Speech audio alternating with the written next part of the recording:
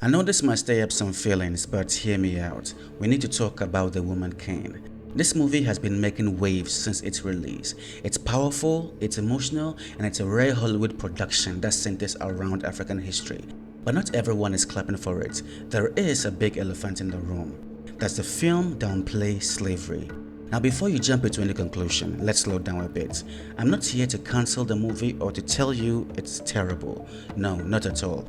I'm here to dig into the history, explore the criticism, and see if we can make sense of it all. So stick with me to the end, alright? Let's start with the basics. The Woman King is inspired by the story of the Agojie, an all-female warrior unit that served the Kingdom of Dahomey, which is in modern-day Benin. These women were fierce, skilled, and known for their loyalty to the king. In the movie, Viola Davis plays General Nanisca, a fictional character who leads the Agojie in their fight against external enemies and internal struggles. On the surface, this sounds like a great setup for a historical epic. And in many ways, it is. The movie gives us a rich portrayal of African culture, showcases powerful performances, and brings attention to a part of history that many people didn't even know. But here's where the controversy starts. The Kingdom of Dahomey wasn't just about warriors and glory. It was also heavily involved in the transatlantic slave trade. For over a century, the Dahomey captured people from royal tribes and sold them to European traders. And guess who often carried out these raids?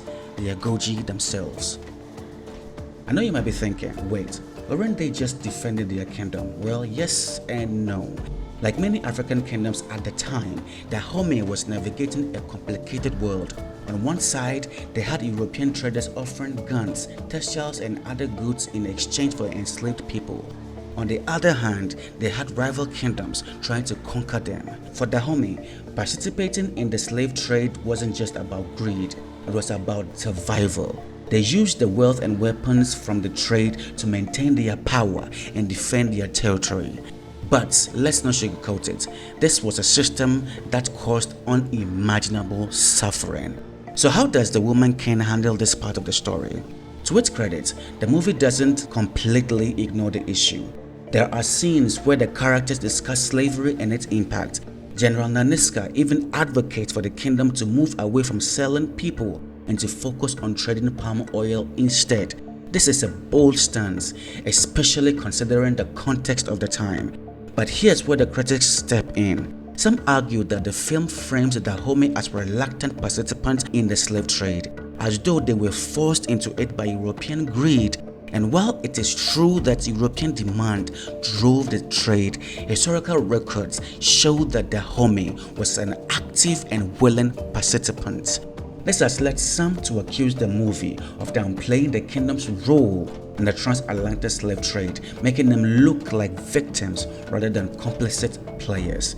Now, let's be fair for a moment. The Woman King is a movie. It's not a documentary. Its primary goal is to entertain and inspire, not to provide a detailed history lesson.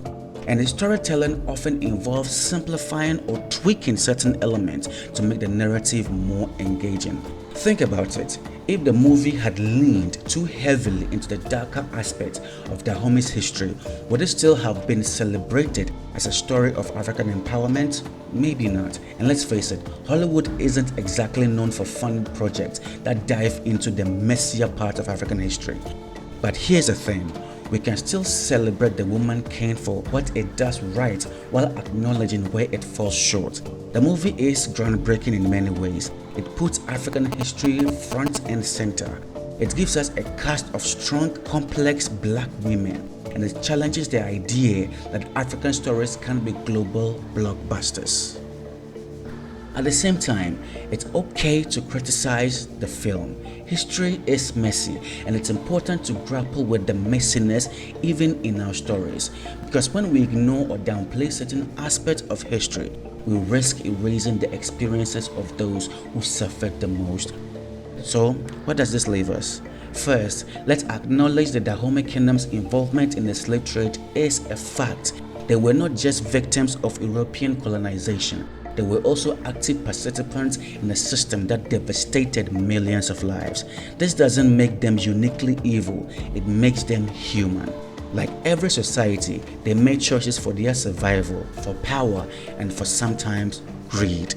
Second, let's appreciate what the Woman King gets right. The movie shines a light on African history in a way that few films have done before. It celebrates African culture, resilience, and strength, and it opens the door for conversations like this one. Finally, let's remember that history isn't black and white. It's full of gray areas, contradictions, and complexities, and that's okay. We don't have to have all the answers, but we do have to keep asking questions, keep learning, and keep telling stories that challenge us to think deeper. Now let me hear from you. Did you see The Woman King? Do you think it did justice to the history of the Dahomey Kingdom? Or do you feel like it glossed over some uncomfortable truths? Let's talk about that in the comment section. And hey, if you were interested in learning more about African history, subscribe to my channel for more videos like this.